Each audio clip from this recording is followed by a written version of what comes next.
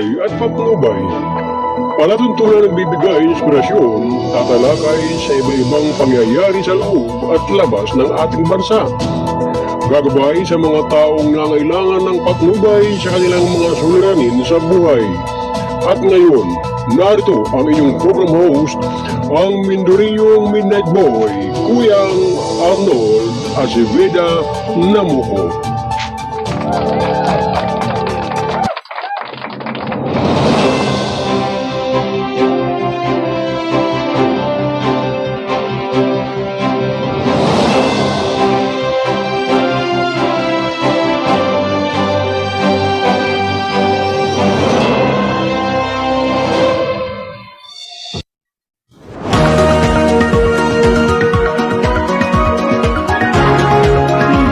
Habang mabigyan naman ang may 110 mga trabahador sa barangay.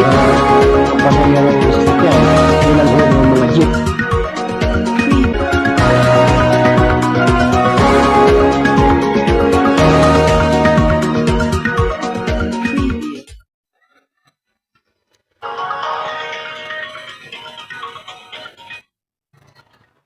Ang oras ganap na alas 10:26 ng umaga. Ito ay hatid ng KBS RMM News TV. Radyo na, dyaryo pa.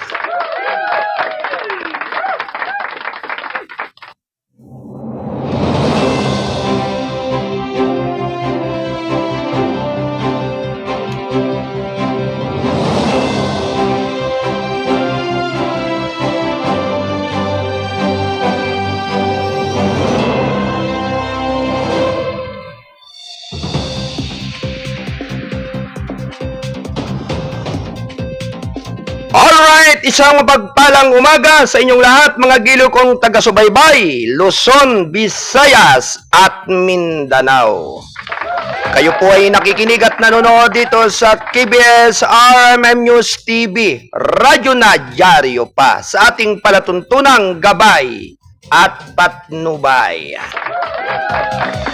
Mapagpalang umaga po sa inyong lahat mga gilo kong mga taga-subaybay sa buong mundo, sa buong Pilipinas, at sa iba't ibang dako ng ating kapuluan.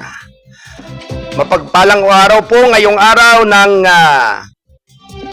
Martes, July 9 ng taong 2024 ng taong kasulukuyan. At syempre, sabi nga'y ang araw ng Martes ay isang napaka maliwalas po.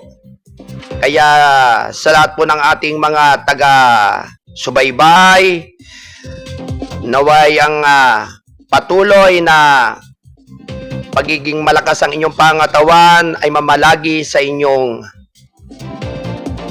kalusugan, sa inyong katawan. Yan. Sabi nga po, ang lahat po ng ating mga sambayan ng Pilipino ay kailangan po nagkakaisa at nagtutulungan, nagsusunuran at nagdadamayan.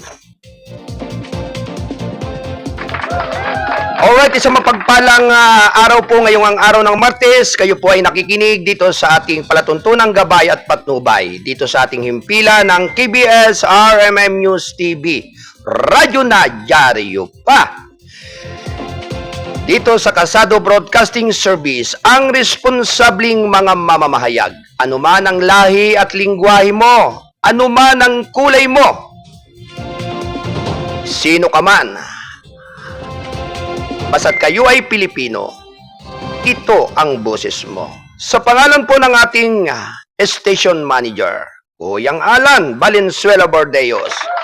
At syempre naman po mga kababayan, ito po ang inyong abang lingkod, ang kuya ng lahat, ang Mindoriyong Midnight Boy, bagamat hindi ganong kwagwapuhan, sigurado namang pong ito inyong maasahan. Ang inyong Kuyang Arnold Aceveda Namuko. Patuloy na naglilingkod at inyong makakasama tuwing umaga, araw-araw mula Lunes hanggang Biyernes dito sa ating palatuntunang gabay at patnubay. At syempre po mga kababayan, good morning po sa ating mga taga-Studio 1 with Ate Del Santos ito sa ating technical side at kay Ate Rose Paderon ang siyang umaalalay sa ating pagtatanghal ngayong umaga. Sa ating technical director Kuyang J. Martin and Kuyang Jess De La Cruz. Likewise sa Studio 2 kay Kuyang Alan Bordeos, ang ating butihing publisher sa Buluwagan ng Balitaan. Kay Kuyang Jack Frost Bordeos, kay Ate Joy Pasco at Ate Cora Biernes. Likewise, magandang umaga rin po sa ating mga sa ating Studio 3 kay Kuyang Wayne Lawson. Sa ganun din po sa ating Studio 4 dyan sa lugar ng Region 3 dyan sa Zambales. Sa Bulwagan ng Balitaan ni Kuyang Paul Aludo, Kuyang Stephen Sabati at Kuyang Miguel Borbon. Magandang umaga po sa inyong lahat. Naway ang pagpapala ng ating dakilang lumika ay sumainyong lahat at sumaatin.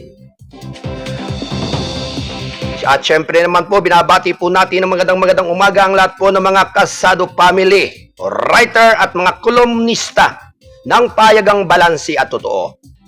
Sa lahat ng ating mga Kasado patrollers na nasa iba't ibang dako ng kapuluan, worldwide, Luzon, Visayas at Mindanao. Magandang umaga po sa inyong lahat.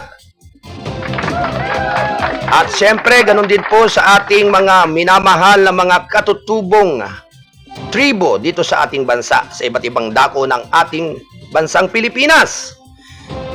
Magandang umaga po sa inyong lahat.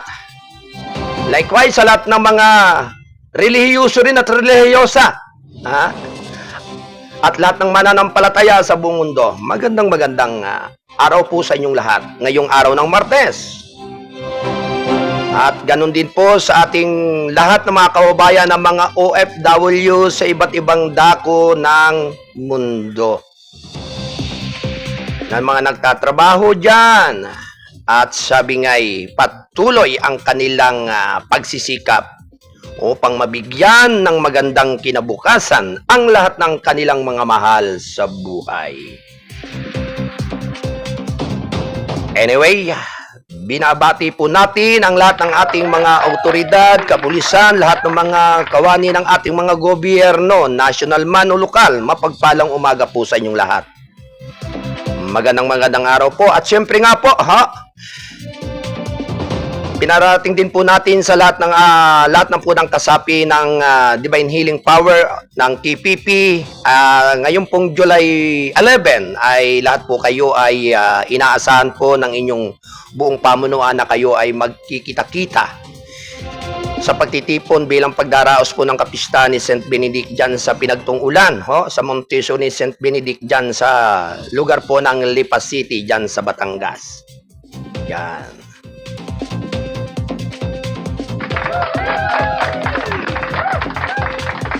Anyway, sa lahat po ng ating mga Kasado Patrollers, standby report. Sa lahat po ng ating mga Kasado family na ngayon po ay patuloy na umaantabay sa ating palatuntunan at naghahatid ng mga mahalagang mga impormasyon at balitaan sa lahat ng ating mga kababayan sa iba't ibang dako ng ating bansa. Partikular na rin po sa iba't ibang dako ng mundo na naririyan po sa lugar ng Georgia, USA, ang ating Kasado Patroller na si Kuyang Pastor Gilier Valencia. Yan. At syempre, ganun din po si Kasado Patrol Julius Ferriols dyan po sa lugar ng Canada. Yan. Magandang araw po dyan sa inyong lahat dyan, gabi. At ganun din po kay Ate Lynn Gabiana ng bansang Taiwan. Yan.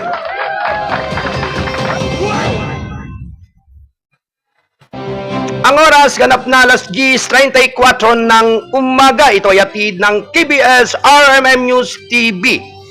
Ito ay sa paghatid ng Gold9 Plus Probiotics na may mga benefits effective in preventing serious illnesses and like diabetes, cholesterol, build up asthma, hypertension, and kidney diseases. Helps in regulating normal blood pressure, maintains normal blood sugar level, Boosts immune system, helps in healing wounds faster.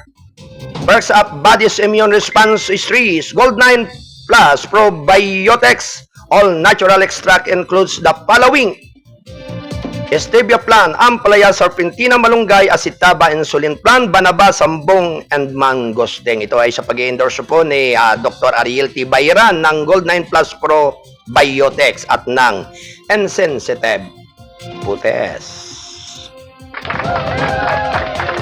At kahapon nga po ay pizza.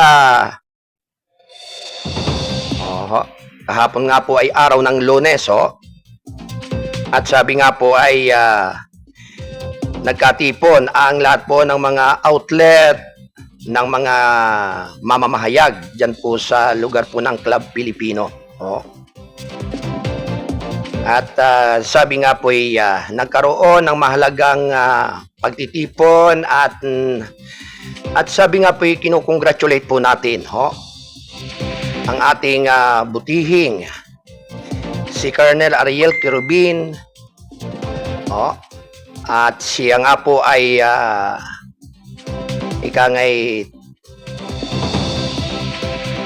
sabi nga siya itatakbo for next elections ng senador sa ngayong dadating na eleksyon, At sabi nga po ay nagdiwang kahapon at nagkasama-sama ang lahat po ng ating mga sambayan ng Pilipino dyan po sa lugar ng Club Filipino Green Hills dyan sa lugar po ng San Juan. Yan. Kaya talaga pong natutuwa po ang lahat ng ating mga kasamahan sa hanap buhay. At sabi nga po yung napag-alaman natin talagang itong ginawang kadakilaan at pagiging bayani ng ating buting si Colonel Ariel Quirubin ay talagang napakadaming medalyon ang kanyang natanggap ng panahong siya ay naglingkod sa buong persa ng sandatahang lakas ng Philippine Marines. Yan. At talagang nagkaroon ng matinding pagdadao pang palad ang lahat ng mga kaibigan at mga kasamahan.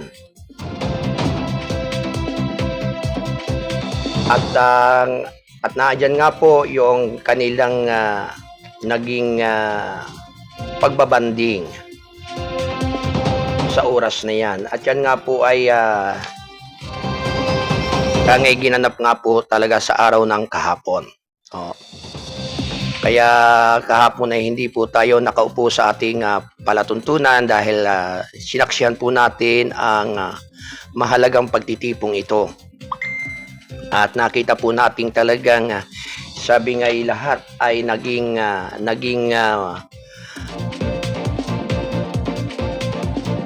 kampante ang kalooban at isipan at nakita po natin yung talagang pagiging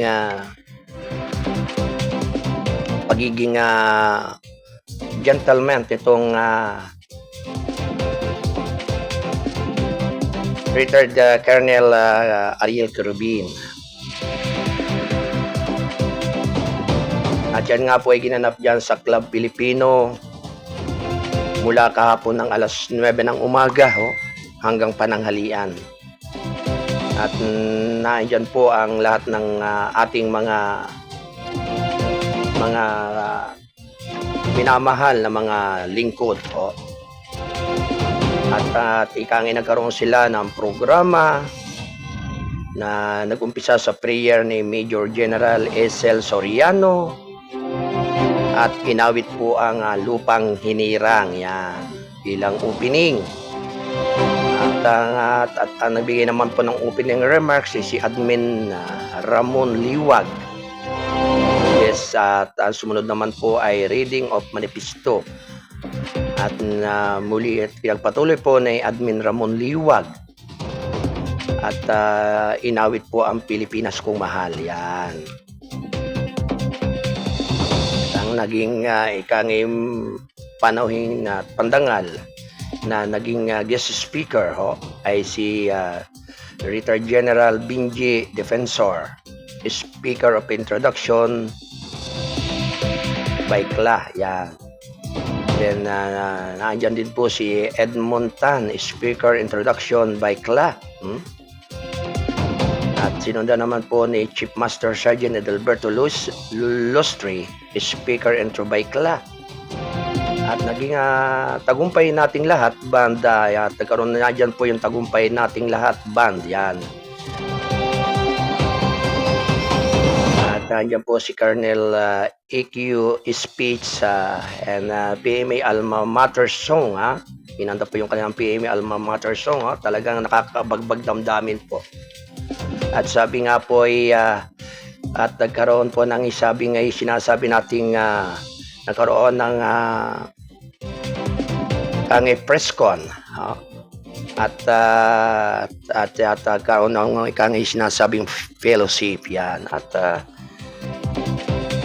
ang lahat po ng mga magkakaibigan at magkakakilala ay talagang nagkaroon ng malaking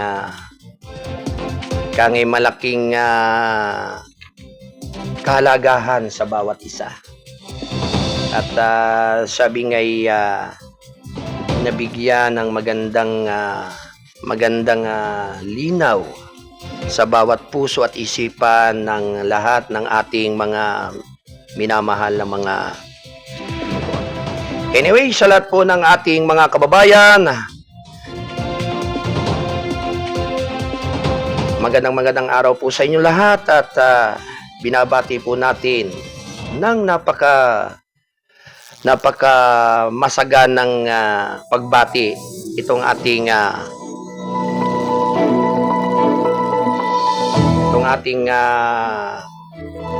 butihing opisyal ng Philippine Marines, retired na si Colonel Ariel Querubin.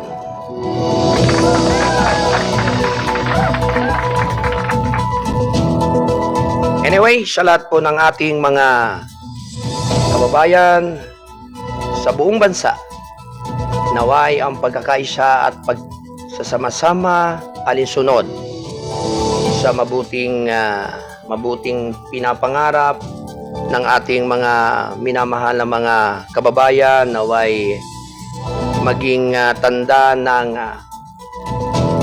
pagsusunuran at pagkakaisa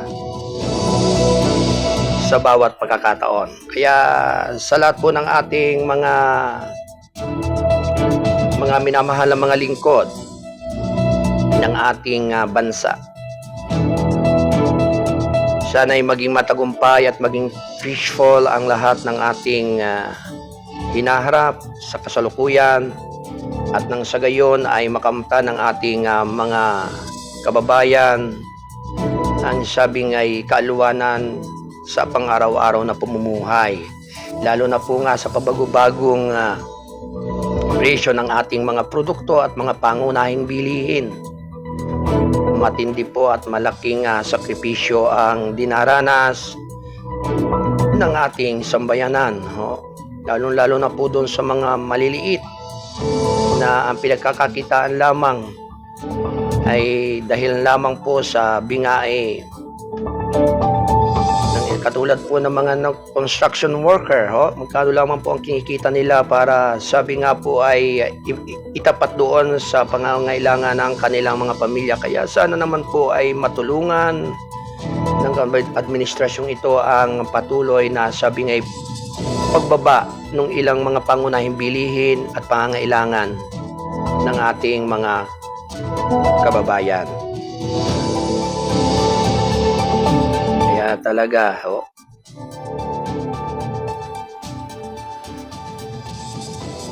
marami ang nangangamba kung hanggang kailan at kung hanggang saan po talaga pwedeng nilang pagtamatamain ang kanilang mga kinikita doon sa kanilang mga pangangailangan sa tuwi-tuwi na pang-araw-araw nilang buhay. Kaya sa dami po ng mga komento dito sa ating mga message po dito sa ating comment box ng ating yung pila ay talaga pong sabi ngay nakakalungkot minsan isipin, subalit kinakailangan po talagang magpakabuhay at magpakatatag ang bawat isa. Sabi nga po ay pasasaan po ba mga kababayan, malalampasan din po natin iyan at malalampasan po ng lahat ang mga pagsubok na ito. Sapagkat sabi nga po ay walang iba natutulong sa sarili kundi ang iyong kapwa sarili din. Na ang ibig po nating sabihin, kailangan po nating ipalaala at ipaunawa sa ating mga malalapit na mga kaibigan, mga kamag-anakan, o lalo-lalo na po sa ating mga kapamilya na kinakailangan po talagang ikangay magpakatatag at sabi ngay magsumikap para sabi nga po ay mabigyan ng magandang linaw ang lahat ng mga harapin at hinaharap sa buhay. Na sabi ngay sa dako paroon ay maaari din namang magkaroon ng iba yung lunas.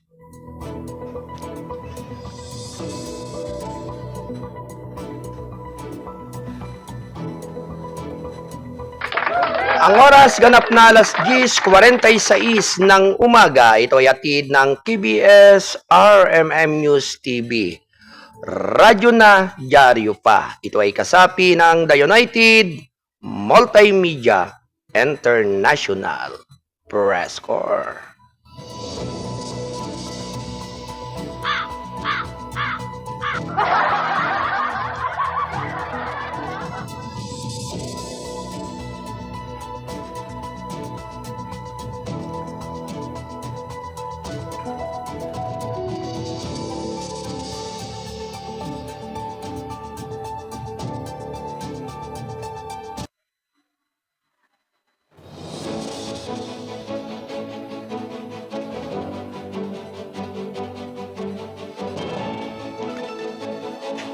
At syempre naman po mga kababayan, good morning po sa lahat po ng ating mga minamahal na mga kababayan.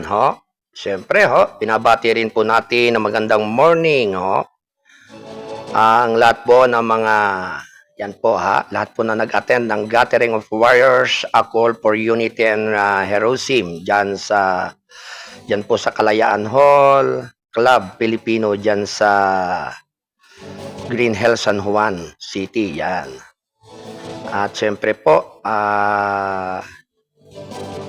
binabati po natin ng magandang morning po ang lahat po ng mga umatendiyan at dumalo. Sabi nga po ay sa ating ikangay kaibigan,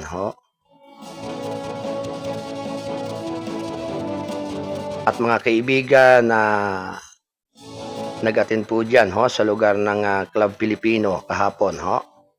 Binabati po natin ang lahat ng mga nandyan na sina Atty. Chino at lahat po ng ating mga minamahal na mga kaibigan. Yan. Sabi nga. Anyway, dumako muna po tayo sa ating mga balita.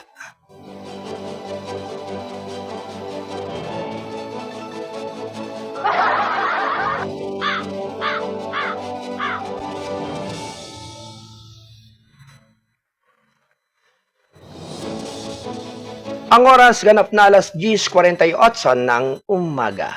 PNP Affairs Body nagbabala BS Pusher Agents.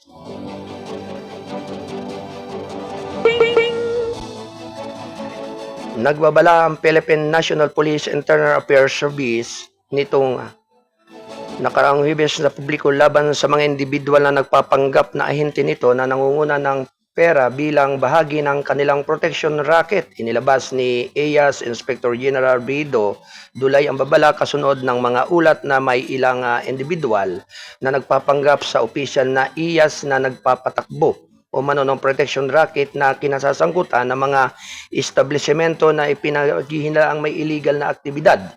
Gayon pa man batay sa mga talaan na makukuha sa Human Resource Management, seksyon nito ang mga naiulat na personalidad ay hindi lumalabas sa listahan ng PNP-iya, sabi ni Dulay sa isang pahayag. Ipinalala rin niya sa publiko na ang sinumang taong maling nagsasabing siya ay opisyal, ahente o kinatawan ng anumang departamento o ahinsya ng pamahalaan ay nananagot sa kasong istapa sa ilalim ng Section 135 ng Revised Penal Code. At usurpation of authority sa ilalim ng Section 177 ng RPC. Nakikipag-ugnayan na tayo sa ugnayan bilang units ng PNP para arestuhin ang mga peking pulis na ito. Hindi namin kailanman papayagan o kinukonsinti ang gayong egregious na panililang na hindi lamang nagpaparumi sa integridad at reputasyon ng PNP, kundi seryosong hadlang din sa pagpatupad ng mandato nito, sabi ni Dulay. Hinimok niya ang publiko na maging mapagmatsyag at agad na i-report sa IAS ang anumang enkwentro sa mga impostor na ito. Gayon din ang anumang illegal o kahinahinala na gawain na kinasasangkutan ng mga purported pulis upang sila ay makasuhan ng kaukulang kasong kriminal. Maaari po nyo ipagbigay alam sa IAS, PNP, .gov.ph o ito po yung kanilang email o tawagan sila sa 0926-031-0279. Para sa mobile number naman po ay sa 87-23-0401 na may lokal na 6665 para sa landline, at maaari ninyong bisitahin ang alinman sa kanilang ang tanggapan sa bansa, rehiyon, distrito, lalawigan at lungsod upang ma-verify ang katayuan o mai-report ang mga taong ito sa walang pakundangan, sabi ni Dulay.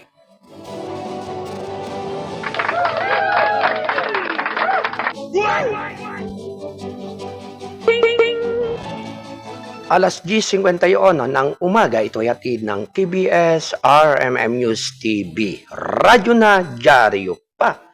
Ito ay kasapi ng The United Multimedia International Press Corps.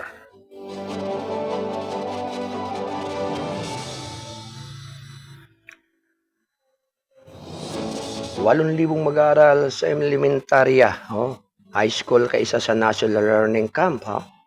Kaya nga maganda talaga kapag sabi nga ang lahat ng ating sambayanan ay patuloy na nabibigyan ng magandang importansya upang sabi nga'y marating yung lugar na nais nilang marating sa kanilang buhay. Kaya sabi nga po ay ang kapalaran ng bawat kabataan ay nakasalalay sa pag-asa sa kanilang mga magulang.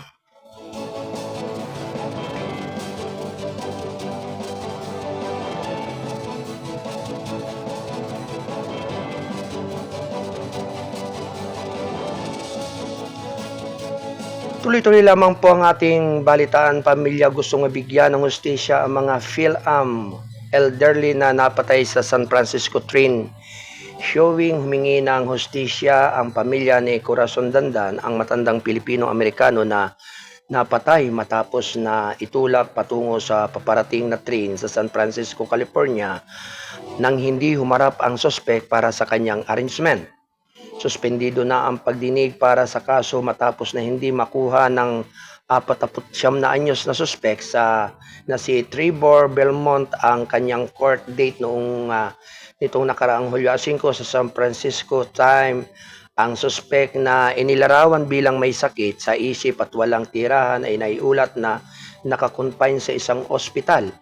Siyempre gusto namin ng hustisya, pero ang totoo, at least sa pananaw ko ay may sakit siya sa isip. Hindi ko talaga alam kung anong klaseng hustisya ang makukuha mo, pahayag ng pamangkin ng biktima na si Alvin Dandan sa panayam ng sa panayam ng ABS-CBN News, ang pagkulong sa isang taong may sakit na sa isip ay hindi biglang nagpapabuti sa sitwasyon kung sisingilin man siya, makakulong man siya, hindi na ito makakabalik siya sa tito niya.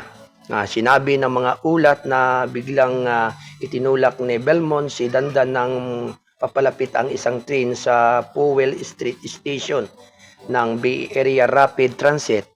Nagtamo siya ng matinding pinsala sa ulo na naging dahilan ng kanyang pagkamatay. Si Dandan, 74 na taon, ay lumipat sa San Francisco noong 1980s. Ayon sa mga ulat, nagtrabaho siya bilang isang operator ng telepono sa loob ng 29 na taon. Sa downtown ng hotel na nagpatuloy kahit nalampas na ang edad. Nung nagre-retiro, wala siyang anak pero tumutulong siya sa pag-aaral ng mga pamangkin.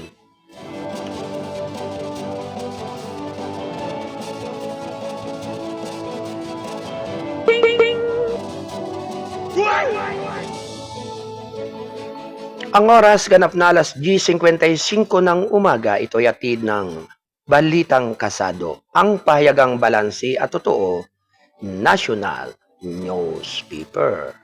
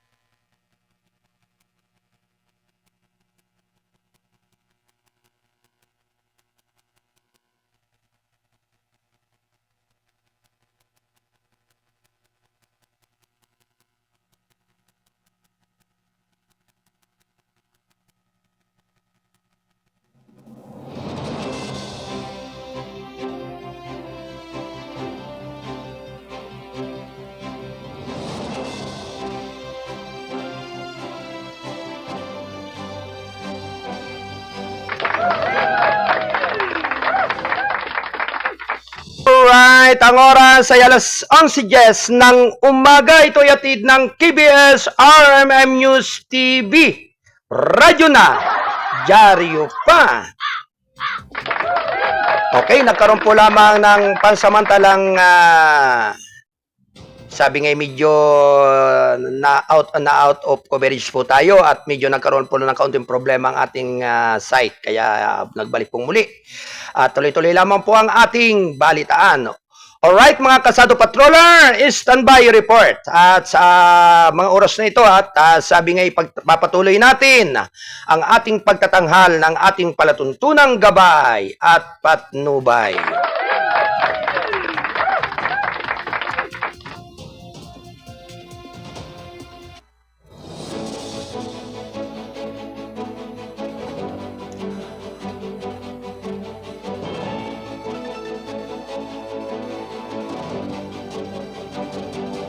Alas 11:11 ng umaga.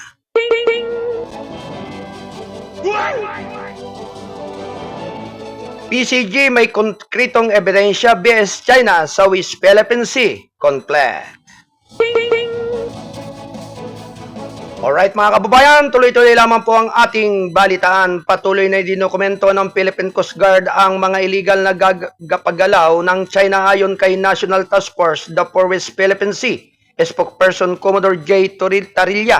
Sinabi ni Tarilla na handa silang magbigay ng mga piraso ng ebidensya sa sandaling kailanganin tungkol sa transparency efforts ng Philippine Coast Guard.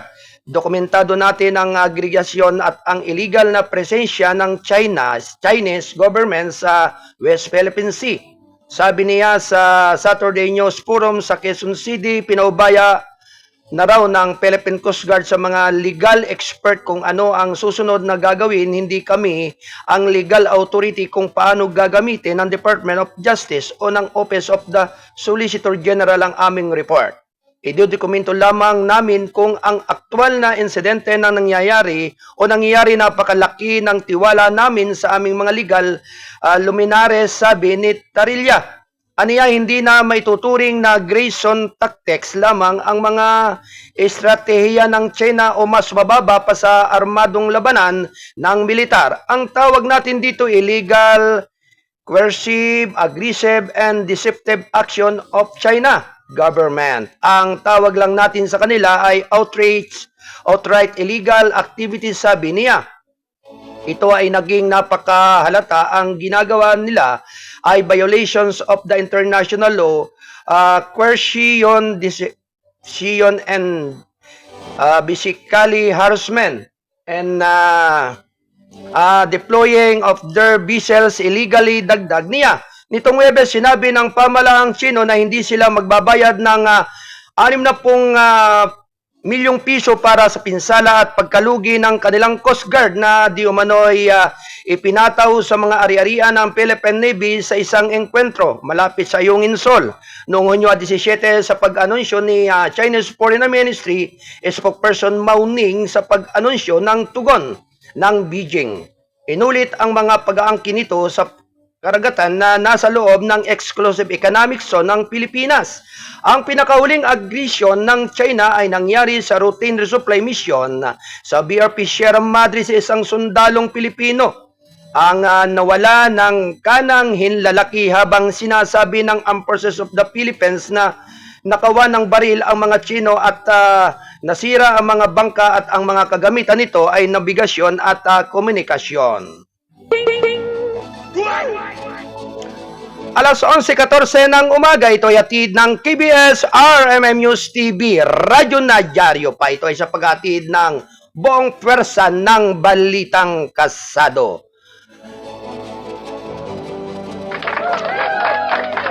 Natagpuan na ng hinihinalang bangkay na nawawalang mag-asawa, mga ex-kas baka kasali.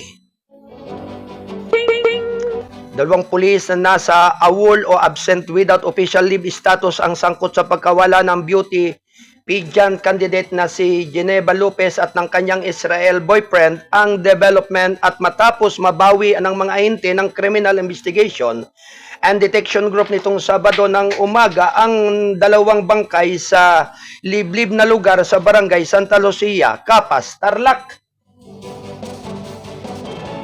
Paniniwalaang si Lopez ang Pampanga 27 at ang kanyang partner na si Yitzhak Cohen 37 sa isang panayam na sa radyo sinabi ni Interior and Local Government Secretary Benhur Abalos na ang mga cadaver ay malamang na ang nawawalang mag-asawa. Tinitingnan lang namin for autopsy ito ngayon ng NBI as requested ng pamilya, sabi ni Abalos. Nauna nang sinabi ng mga investigador na isa sa mga suspek ang nagsilbing middleman sa pagbili umano ng mag-asawa ng agriculture land sa Capas. Ang mag-asawa ay upang matugunan ang hindi pa rin nakikilalang nagbebenta sa Hunyo 21, ngunit hindi pa nakikita mula noon. Ang sports utility vehicle na ginamit nila ay natagpuang sunog. Kalauna nasa kustodiya ng pulisya ang mga dating opisyal, ngunit mayroon ding ibang pang person at interest.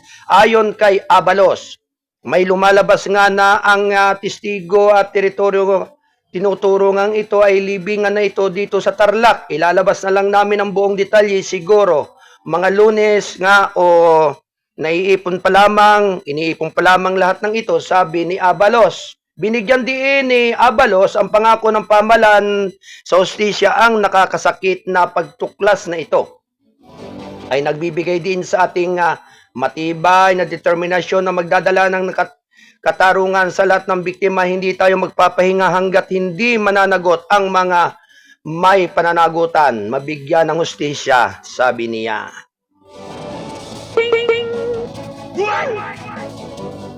Alas 11:17 ng umaga, ito ay hatid ng Probiotics, Gold9 Probiotic Tas na ito sa pag-endorso ni Dr. Ariel T. Baira ng Gold9 Plus Probiotics at ng Insensitive Potes. Samantala, misteryosong may utang sa dawit sa pagpatay sa Israel-Filipina girlfriend. Maaaring may kinalaman ng isang may utang sa pagpatay sa Pampanga native na si Geneva Lopez at girlfriend nitong si Yitzhak Cohen na ang labi ay nahukay sa Capas Tarlac noong nakaraang Sabado ng madaling araw. Ay nagsiwala sa kapatid ng Israel na wala ang beauty pageant candidate na sina Lopez 27 at Cohen 37 noong Hunyo 21. Mataos umanong makipagkita sa Capas sa nagbebenta ng isang agricultural land. Noong Sabado ng umaga nakahukay ang mga pulis ng quarry at natagpuan ang dalawang nabubulok na bangkay. Sinabi ni Yaniv Cohen sa Israel News site na init noong nakaraang linggo na ang kanyang kapatid ay nagpahiram ng pera sa isang lalaki na ang ina ay may sakit. Hindi niya ibinalik ang pera, sabi ni Yanik. Ayon sa kwento ni Yanet, noong Sabado nakaraan inayos ng lalaki ang pagpupulong kay Yitzhak at sinabing bibigyan niya ito ng lupa bilang kabayaran na sa utang. Sa pagkakaintindi namin, isa na naman itong scam na nangyari dati. Matutuklasan natin na hindi ito isang bihirang pangyayari, ito ang paraan nila para na sa target ng mga taong nagiging successful business people. Sabi ng kapatid, 7 taon nang naninirahan si Yitzhak sa Angeles City at balak na niyang pakasalan si Lopez ayon kay Yaniv. Sinabi ng Israel Foreign Ministry na ang embahada ng Israel sa Maynila kasama ang Department of Israelis Abroad ay nagbibigay ng tulong sa pamilya Cohen sa paglipat ng kabaong sa Israel. Sa pagbanggit sa pulisya, sinabi ni Pampanga Governor Dennis Pineda na ang mga bangkay ay tunay na ang nawawalang mag-asawa base sa mga natagpuang damit at gamit. Malungkot ko po na ibinabalita sa inyo na natagpuan ang mga bangkay ng babae ng kabalin natin na si Geneva Lopez at ang kanyang kasinta na si Yitzhak Cohen sa isang lugar sa Santa Lucia, Capas, Tarlac. Pagkatapos silang mawala ng 2 linggo, Pineda post on Facebook. Sa isang panayam sa radyo, sinabi ni Interior ng Local Government Secretary Benhur Abalos na ang 2 dating pulis ng under custody dahil sa kanila hinihinalang sangkot habang natutukoy pa rin ang ibang mga person at interest. Na alala ni Yaniv ang kanyang yumaong kapatid na lalaki na nakipag-usap sa kanilang kapatid na babae sa araw na Nawala ito ngunit wala siyang binanggit tungkol sa pagkikita ayon sa kwento ni Enid. Surmised niya na siguro dahil hindi ito anumang espesyal, wala siyang nakitang yanib sa pagpunta sa pulong na ito. Alas 11:20 ng umaga, ito ay hatid ng KBS RMM News TV. Radyo na dyaryo pa. Marcos lumikha ng Special Economic Zone sa Victoria, Tarlac. Itinalaga ni Pangulong Ferdinand Marcos Jr. ang mga parsela ng lupa sa Barangay Bakulong sa Victoria, Tarlac bilang Special Economic Zone. Sa kanyang Proclamation number 623 na nilagdaan ni Executive Secretary Lucas Bersamin noong Hulyo 4, tinukoy ni Marcos ang kabuang 297,719 square meters sa lupa na makikilala bilang Victoria Industrial Park ayon sa Republic Act 7916 o ang Special Economic Zone Act of 1995. Ang mga Special Economic Zone o Economic Ecozone ay mga piling lugar na may mataas na pag-unlad o may potensyal na mapaunlad bilang agri-industrial, industrial tourist, recreation, commercial, banking, investment at financial centers. Maaaring maglaman ang mga ito ng anumang o lahat ng mga sumusunod: industrial estates, export processing zones, free trade zones at tourist recreational centers. Maaaring itatag ang mga lugar bilang ecozone sa proklamasyon sa naibibigay ng Pangulo at sa ilalim sa pagsusuri at rekomendasyon ng Philippine Economic Zone Authority batay sa detalyadong feasibility at engineering study. Pinadadali ng PESA ang pagpapatakbo ng negosyo ng mga namumuhunan sa mga pasilidad na nagmamanufaktura sa serbisyo na katuon sa pagluluwas sa loob ng mga piling lugar sa buong bansa na inihayag na ecozones. Ayon sa PESA, may kabuang 419 economic zones noong Abril 2023 kung saan 78 dito ay manufacturing economic zones, 297 ang mga information technology park, Center 17 ang mga tourism export, extra enterprises 24 ay mga agro-industrial na sunong pang-ekonomiya at 3 ay mga medical tourism park center.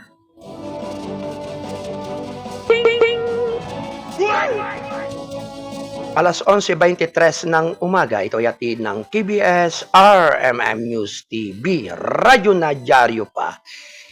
Ito ay sa paghatid ng Balitang Kasado, ang pahayagang balansi at totoo, national newspaper. 3 arestado, 3 milyong pisong sabo na samsam sa Las Piñas sting operation. Arestado ng mga inti ng Philippine National Police Drug Enforcement Group ang 3 drug suspects sa isinasagawang sting operation sa Las Piñas City nitong Sabado na humantong sa pagkakakumpiska na mahigit 3 milyong pisong halaga na hinihinalang shabu. Ayon kay PD Chief Brigadier General Eliazar Mata, nadakip ang mga suspect na may edad na 58 at 48 at 47 sa Baybas sa Barangay Pulang Lupa 1. Nakumpiska sa mga suspek ang 450 gramo ng hinihinalang shabu na tinatayang standard value na nagkakahalaga ng 3,060,000 pesos ayon kay Mata. Dinala ang mga suspek sa tanggapan ng Special Operation Unit National Capital Region ng PDEG habang inihanda ang kasong paglabag sa Republic Act 7165 o ang Comprehensive Dangerous Drugs Act laban sa kanila. Lahat ng ebidensya ay na-turn over sa Forensic Group sa Camp Crame sa Quezon City.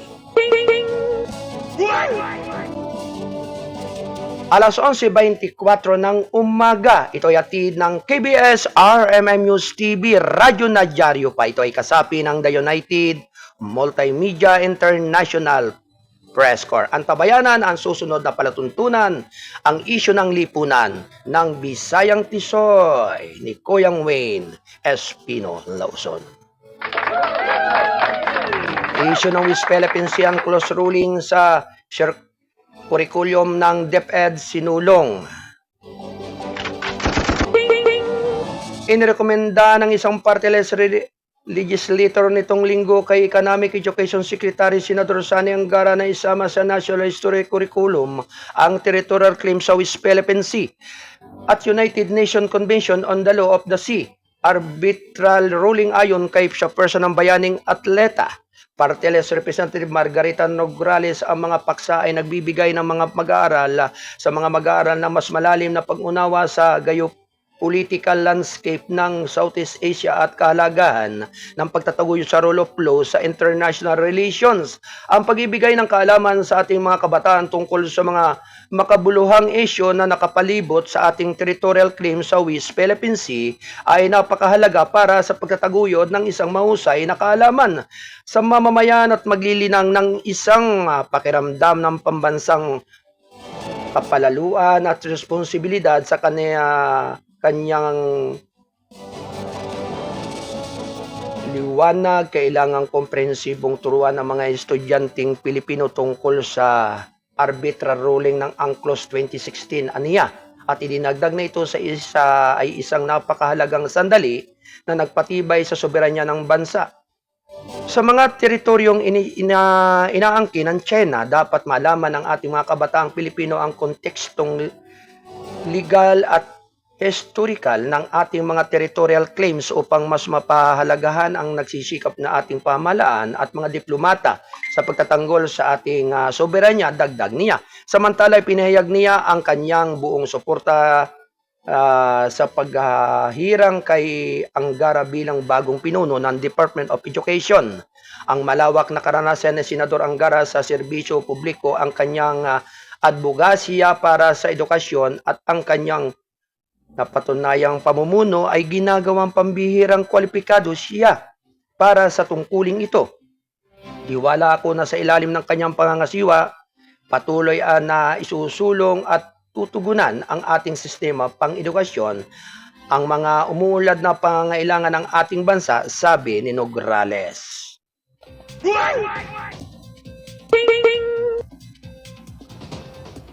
Alas 11:27 ng umaga, ito ay hatid ng KBS RMM News TV.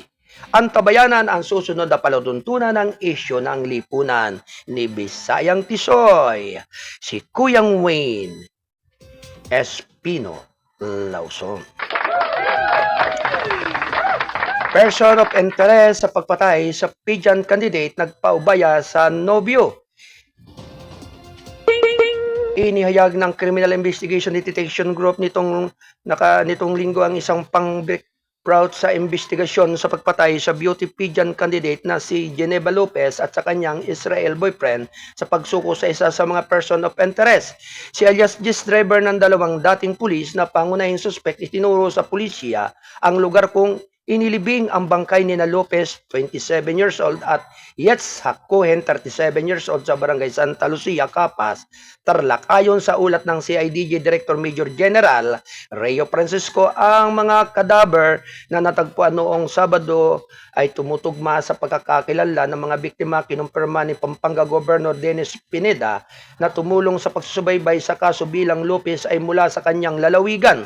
As per the narration of Jess, kinuha siya sa pagmamaneho ng sports utility vehicles para sa dalawang principal suspects, mga pulis daw na nag-awol o absent without official leave.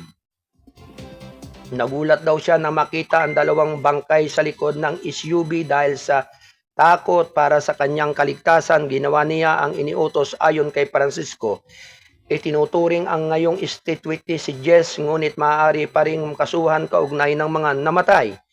Ibubunyag ng Philippine National Police at Department of the Interior and Local Government ang iba pang findings tungkol sa kaso sa Lunes. Ang dalawang dating opisyal ay nasa kustodiya ng CIDG. Isa sa kanila ay nabeden dahil sa illegal possession of firearms. Isa lang siya sa mga nagbigay ng impormasyon, pero tinitingnan namin kung ano pa yung na participation sa niya, kaya hindi pa rin siya yung nagsasabing sasabihan natin na on the hook, kundi undergoing sa yung paghuhukay tungkol sa real participation niya. Francisco told the Philippine News Agency and the Phone and Tribune on Sunday. Ayon kay PNP Public Information Office Chief Colonel Jean Pardo, 5 persons at interest ang mga autoridad sa kaso. Huling nakita sina Lopez sa kuhin noong Hunyo 21 bago tumungo sa Barangay Arminia sa Tarlac City para umano tingnan ng isang property na balak nilang bilhin.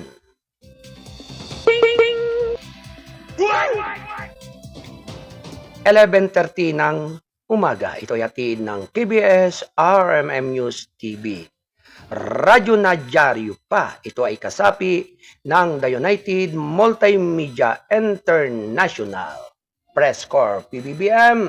Binanggit ang papel ni Mama Meldy sa pagsulong ng sining kultura. Inilaan ni Pangulong Ferdinand Marcos Jr. ang kanyang pinakabagong vlog sa kanyang ina na si Imelda Romualdez Marcos na inilarawan niya bilang isang people person, isang from the colloquial para sa mula sa lalawigan sa kanyang BBM vlog to 61 Mama Meldy na ibinahagi sa social media Linggo. Nagpapasalamat ang Pangulo sa naging epekto nitong hindi lamang sa kanilang pamilya kundi sa buong bansa. Ikinuwento ng Pangulo kung paano inilagaan ng kanyang ina ang kaluluwa ng ating bansa sa pamagitan ng pagsusulong ng sining at kultura ng Pilipinas at pagpapalakas ng kalusugan ng publiko sa pamagitan ng pagtatatag ng mga espesyal na opisyal na panahon ng administrasyon sa kanyang yumaong ama na si ama at pangalan. Marcos said among these mother's qualities, it's her being a people person and ways in connecting with other people regardless or their stature and life that he admires the most in her public service career. Iyong makatao, makikita ko sa mother ko kahit sinong kausap niya, kahit yung mangingisda, kahit yung Queen of England, kahit yung mayaman, yung kapitbahay niya noong nasa Tolosa pa siya, yung classmates niya noong nasa eskwelahan pa siya, kahit sino ang kaharap niya, may connection kaagad siya ng Pangulo. Sabi ng Pangulo, ang nanay ko talaga dapat maintindihan ninyo. Probinsya na talaga yan. From di talaga siya at proud ako dito. Yan ang charm niya, hindi nawala sa kanya yung pagsisimple niya sa natao, dagdag niya. Ang katangiang iyan ayon sa Pangulo ay isang bagay na hindi pa niya kayang master kahit ilang taon na sa serbisyo publiko. At nagiging kaibigan niya sila, nahuhulog siya sa kanya, hindi ko pa rin na master iyon, siya pa rin ang master. Sabi niya, ang dating unang ginang ay naging 75 taon noong Hulyo 2. Alas 11:33 ng umaga, ito yatid ng Balitang Kasado, ang pahayagang balansi at totoo, National Newspaper. Samantala, Kongreso hinimok na madiin ang Manila Bay Reclamation Probe. Hinimok ni House Deputy Majority Leader at actress CIS Party List Representative Erwin Tulfo nitong linggo ang Kongreso na mabilis ang inquiry sa isang reclamation project sa Manila Bay kasunod ng pag-aristo kamakailan sa mga operatiba ng Bureau of Immigration sa siyam na Chinese nationals na bumaba sa isang dredging vessels. Naghahain ng resolusyon si Tulfo noong nakaraang taon sa kahulihan na humihiling ng House probe sa Manila Bay Reclamation dahil sa banta sa national security matapos malaman na lahat ng manggagawa na nasabing proyekto ay Chinese national na karaniwang bumababa sa kanilang barko at gumagala sa Metro Manila. Ito yung sinabi ko noon na bumaba ng barko nila ang mga manggagawa ng Chinese at umiikot dito sa Metro Manila ayon sa Parteles Sulon. Ang tanong ngayon, ano ang pakay nila para gumala sila sa Maynila gayong wala silang mga bisa? Ang tanong niya. Ayon kay Tulfo, ang US Embassy ang unang nagpahayag ng pag-aalala sa reclamation sa Manila Bay matapos malaman ng isang Chinese company ang sangkot na sa proyekto. Nabanggit niya na ang kumpanyang China Communications Construction Company na siyang namamahala sa dredging at reclamation operations ay ang parehong kumpanya ng responsable sa pagtatayo ng mga base ng hangin at tukbong dagat na mga teritoryong na pag-aari ng Pilipinas sa West Philippine Sea. Bago nadakip ang mga Chinese national, inihayag ng BI Intelligence Division Chief Fortunato Manahan Jr. na agad silang nagsagawa ng surveillance at intelligence gathering matapos makatanggap ng ulat na may ilang Chinese individuals na bumababa at sumasakay ng mga sasakyang pandagat sa kahabaan ng Manila Bay. Ang mga naristong may edad na 33 hanggang 54 na taon kilala na sina Li Wilen Liu, Ping Wang, Yung Huang, Haibing Gung Yuan, Yu Xiangtao, Dai Guang Yuan, Li Jiangyu at Kang Tian Di Ani Manahan. Noong Agosto 2023, nagayon si Tulfo kasama ang kanyang mga kasamahang mula sa party list ng ACT-CIS na sina Representative Ed Bikiap at Jocelyn Tulfo ng House of Resolution number 1171 na humihiling sa House Committee on National Defense and Security and Ecology na pasuhin ang mga reclamation projects na nakapalibot sa Manila Bay. Kailangan na talaga nating tutukan itong seguridad ng ating bansa dahil nagkalat na ang mga Chinese sa ating bansa, sabi ni Tulfo. Alas 11:36 ng umaga, ito hatid ng KBS RMM News TV. Ang tabayanan ang susunod na palatuntunan ng isyu ng lipunan ni Kuyang Wayne Espino Lauson, ang Bisayang Tisoy. Dating church volunteer huli sa 7.1 milyong pisong druga sa Cebu. Nagbungan ng 7.1 milyong pisong halaga ng hinihinalang shabu ang isang dating church volunteer na isinagawang sting operation sa pantalan ng punong lungsod na ito. Arestado ang suspect na si Para 48 at residente ng Stockton Village, Barangay Punta Princesa sa Baybas, Barangay San Roque. Dito ayon kay Major John Lambert, yang kuhepe ng Waterfront Police Station, lumabas ang pangalan niya bilang isang umano'y mataas na halaga ng individual na sangkot sa illegal drug trading, sabi ni Yangko. Sa record ng pulisya, naaresto ang suspect dahil sa kasong droga noong 2016 at pinalaya noong 2021. Ayon sa suspect, napilitan siyang magbenta ng droga dahil wala siyang natatanggap na sweldo bilang volunteer. Alas 11:38 ng umaga, ito yatid ng KBS RMM News TV. Radyo na dyaryo pa. Ito ay kasapi ng The United Multimedia International Press Corps. Ito ay sa pagtataguyod ng buong pwersa ng balitang kasado. Ang payagang balansi at totoo. Siyempre, ito ay sa paghatid ng ating butihing publisher, Kuyang Alan Valenzuela Bordeos. Alright, tanggapin po natin ang pag-uulat ng ating kasado patrol, si Double L, mula pa rin po dyan sa lugar at area ng Calabarzon. Alright? Standby report, Kuyang Landuluto. Sabi nga sa lahat ng ating mga kababayan, medyo nagkaroon lang po ng kaunting problema ang ating signal sa ating technical site. Kaya medyo nagka-aberya po. Kaya medyo ang ating pagtatanghal ng ating palatuntunan ay nagkaroon ng kaunting pagka-delay. Alright? Nasa linya ang ating Kasado Patrol 25 si Double L, si Kuya Lando Luto. Kuya Lando, standby report. Kasado Patrol report.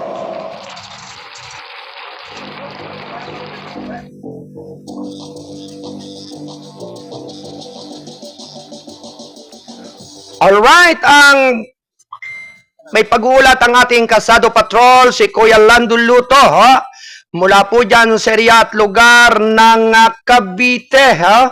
Ito ay tungkol po sa Thanksgiving Party 2024 na ginanap sa NPC. Ang mga bagong halal na mga executive officers, board of directors at mga miyembro sa buong detalye ni Kasado Patrol 25. Double L, Kuya Lando Luto. Alright, Kuya Lando. Sige, iputok mo na yan! Yes, maraming salamat sa iyo, Kuya Arnold. At kumusta ka ron? Eto, medyo puyat. Pero gayon pa man, okay lang. Sige. Pero kuya nga Arnold, ay bago ko ito nga ibalita, ito nga naganap na Thanksgiving Party 2024 diyan sa ating mga kasamahan sa National Press Club diyan sa Manila. Ay nais ko muna nga kuya Arnold ang isang pagbati ng pakikiramay. Kuya Arnold. Oo na, ay may babatiin lang po ako dahil kung meron tayo nga Kuya Arnold, araw ng kapanganakan o pagsilang sa mundong ito, ay meron din naman tayo araw ng kapigatian o paglubog ng araw ng kanyang buhay, Kuya Arnold. Oo, dahil una po, Kakalungkot. una po ay binabati ko ang ng advance sa happy birthday ang aking kapatid na panganay dahil siya po ay pangalawang magulang namin bilang panganay sa aming 5 magkakapatid na si Ma'am Iba Luto Tuning na siya nga isa-isang retiradong guro. Kuya Arnold, na magdidiwang ng kanyang 75 taong anibersaryo ng kanyang birthday. Araw po ito ng bukas sa Miyerkules, Hulyo 10, Kuya Arnold. Advance happy birthday, Manay Iba. At Kuya Arnold, samantala, habang may mga pagdiriwang ang aming pamilya, ay may dala rin kami mga kalungkutan. Dahil po sa araw din bukas ay hatid na sa huling hantungan ng aking pamangkin, anak ng aking kapatid na babae. Rest in peace sa pamangkin Jeffrey Luto Galit. Bata pa ito, Kuya Arnold. Ilang taon na? 28 lamang ito, Kuya Arnold. Kakalungkot naman, talagang hindi man lamang nakaangat ng edad kahit doon sa kalahati pa nun man lang sana. Sabi nga, Kuya Lando, una-una lamang at sabi nga ay talagang hanggang dyan lang sigmahari ang ipinagkaloob sa kanya ng ating dakilang may kapal. So, yun nga siguro hanggang dyan lamang ang kanyang buhay. So, nananawagan po ang aking pamilya.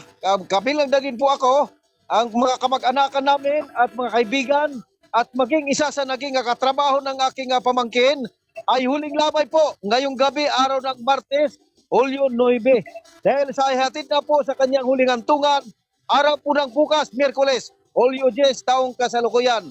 Wala pa ang eksaktong oras po, Kuya Arnold, ang naturang paglilibing bukas. Pero mamayang gabi sa huling lamay ay siguro idideklara ng aking kapatid, yung nanay ng aking pamangkin. So, nagkikiramay po sa kanyang mga magulang at 3 pang mga kapatid niya ay muli sa aming pamilya. Kapag niyao ng isa na naming malapit na anak sa maagang pagkamatay. Ang ating palatuntunan ng Gabay at Patnubay ay nakikiramay din, Kuya Lando, ang sa ating chief reporter, ang Gabay at Patnubay team. Kaya ang buong pamilya ng Balitang Kasado ay nakikiramay sa pamimigati ng buong pamilya. Okay, at rest in peace and eternal peace, Jeffrey Luto Galit. Samantala ito, Kuya Arnold, ay ito nga ay kaugnay ito sa masayang ginanap ang kauna-unahang okasyon mula nang magkaroon ng biennial election 2024 noong Mayo 5, taong kasalukuyan ang tahanan ng mga mamahayag ang National Press Club of the Philippines, NPC. Sa isang pasasalamat sa dakilang lumikha at sumuporta at nagtiwala sa ilalim ng bagong halal ng Pangulo ng NPC na si Ginoong Buying Abasula at ang kanyang Vice Presidente at dati ring umupo bilang Presidente ng National Press Club na si Ginoong Bini Antiporda na nagsilbi rin ito Cabinet Undersecretary of Department of Energy and Natural Resources, DENR, ng ating pamahalaan. At mga Executive Board Directors na tinawag na Press Freedom Party. Sa ginanap ako na Thanksgiving party nung Biyernes, ika-5 ng Hulyo, taong kasalukuyan ay idinaos ang isang Holy Mass ganap ng alas 4 ng hapon. Kasunod ng fellowship na ganap ng alas 6 na ng hapon sa NPC Building, Buluwagang Plaridel, Magallanes Drive, Intramuros, dyan sa Maynila. Sa nasabing okasyon ay dinaluhan ito, Kuya Arnold, ng mga iba't ibang mamamahayag sa larangan ng pagbabalita, sa pahayagan at mga iba't ibang istasyon ng radyo sa buong bansa. At maging ang opisyal ng gobyerno ay nagpabuti ng pasasalamat sa bagong liderato ng National Press Club of the Philippines. At kabilang dito, Kuya Arnold, ang dumalo, ang Supreme Court Associate Justice Alfredo Ampuan, Attorney Richie Paraiso ng Department of Justice at mga showbiz personality na at marami pang iba. Sa isang panayam, Kuya Arnold, ng inyong lingkod, Kasado Patrol 25LL, Kuya Lando Luto, kay Vice Presidente Bini Antipoda, anak papasalamat, katuwang ang kanyang bagong Pangulo ng NPC, Ginoong Buying Abasula, ay 10 ng kanyang Board of Directors at mga membro ay taos pusong nagpapasalamat sa muli at suporta, tiwala at pagmamahal sa trabaho bilang kapwa mga mamamahayag at contribution sa ating saligang batas. Sa natarang okasyon, Colonel, binigyan din ng mga opisyal ng NPC ang kalagaan ng pamamahayag at responsibilidad sa paghahayag ng mga kaganapan sa buong panahon. Sa gitna ng masayang okasyon, ay nagkaroon din ito, Colonel, ng turnover mula sa dating pamumuno at sa bagong upo ng mga opisyalis, executive officers, board of directors at mga membro sa loob ng 3 taon.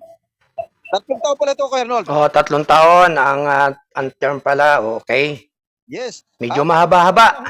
Ay, nagpapaabot naman, Kuya Arnold, ang mensahe, ang balitang kasado, ang pahayagang balanse at totoo ng KBS Army News mula sa aming publisher, CEO at station manager, Mr. Alan Bordillos, at ang Kasado Family sa suporta at malasakit maging ang pagtitiwala at tapat na serbisyo publiko. Mula pa rin dito sa lalawigan ng Cavite, Kasado Patrol Unit 25, ako si L. Kuya Lando Luto, nag-uulat para sa Gabay Patnubay ng KBS Army News, Regina TV pa. Hello, balik sa ito. Alright, maraming salamat po sa pag-uulat ng ating Kasado Patrol at 25 mula pa rin po dyan sa lugar ng Calabarzon, si Kuyang Lando Luto. Thank you, Kuya Lando. Samantala, dumako naman po tayo sa pag-uulat ni Kuyang Dan Torbeles. Ito ay may kinalaman naman po sa Police Patrol ng Rizal PNP na ginanap po kahapon. Naging matagumpay naman sa pangunguna ng Regional Provincial Director. Ayan. Ni Colonel Maragon. Ang detalye po ay malalaman po natin sa pag-uulat ni Kasado Patrol 47, Kuyang Dan Torbeles.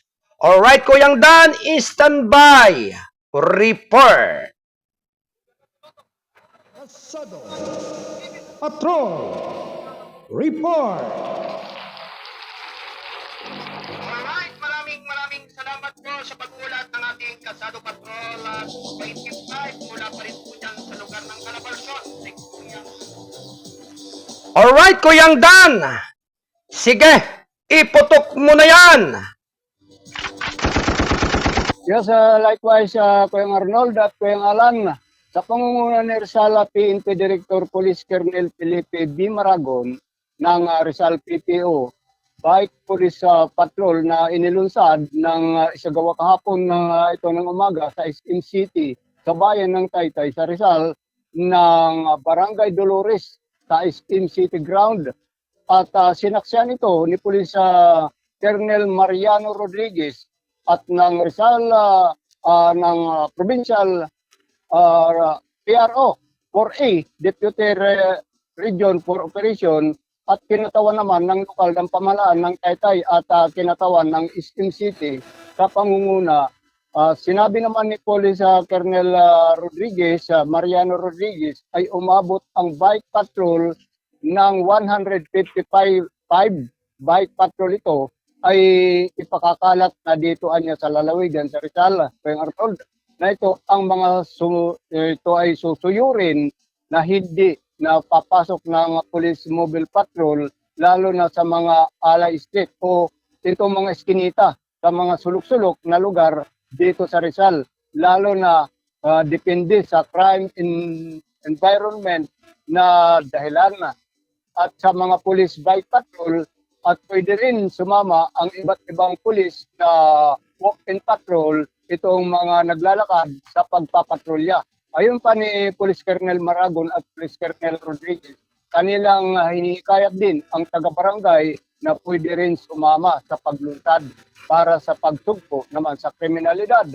Sa naturang ginanap na okasyon ay nagsagawa ng reenactment o demonstration kung paano makapanghuli sa mga suspect ang mga police bike patrol sa oras kung mayroon nagaganap na krimen sa lugar at nagsagawa din ang Rizal PTO ng proper training sa magiging membro at mga membro sa bike patrol.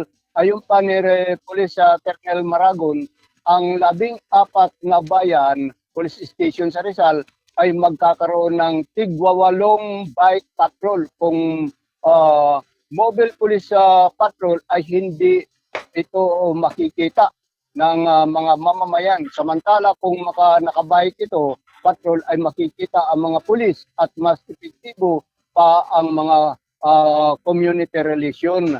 Ang tinuran nito ni Police Colonel Maragon. Samantala, sinuportahan naman ni Raymond Bonifacio, Eastern City, Taytay Rizal, ang kanilang pamunuan na lagi sila nakasuporta sa Rizal PNP dahil isang mall lamang ito dito sa Taytay, dito sa Rizal, ay hindi maiwasan anya na may krimen nagaganap.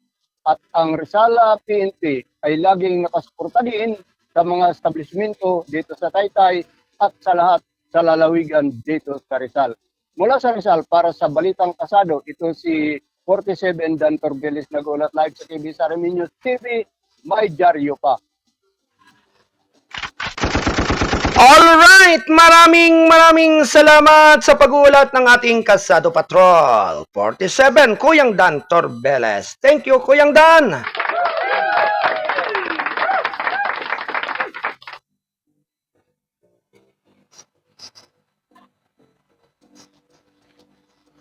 Ang oras ganap na 7 minuto bago mag-12 ng tanghali. Antabayanan ang susunod na palatuntunan ng isyu ng lipunan. Ang ng Bisayang Tisoy ni Kuyang Wayne Espino Lawson.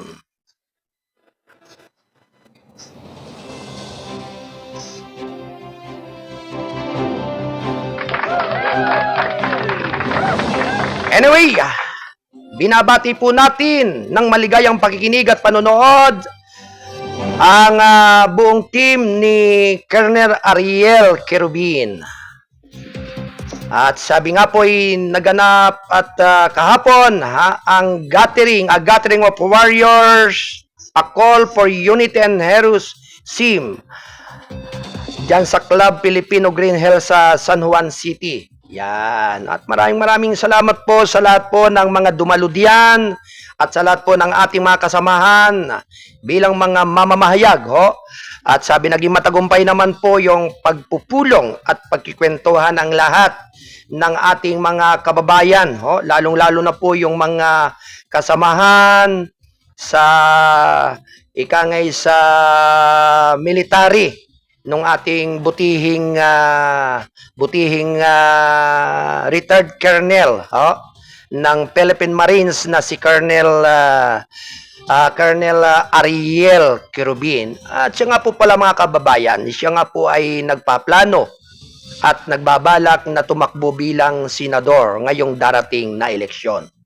At syempre sa lahat po ng mga kasundaluhan, sa lahat po ng mga miyembro ng mga militar, sabi nga po ay sa dami ng mga medalya na tinanggap ng ating butihing retired official ng Philippine Marines na si Colonel Querubin ay isang malaki pong tuntungan ito at dahilan para sabi nga po ang katulad niya ay isang bayani na talagang sabi nga ay nakatanggap ng pinakamaraming parangal at mga medalyon ng kagitingan.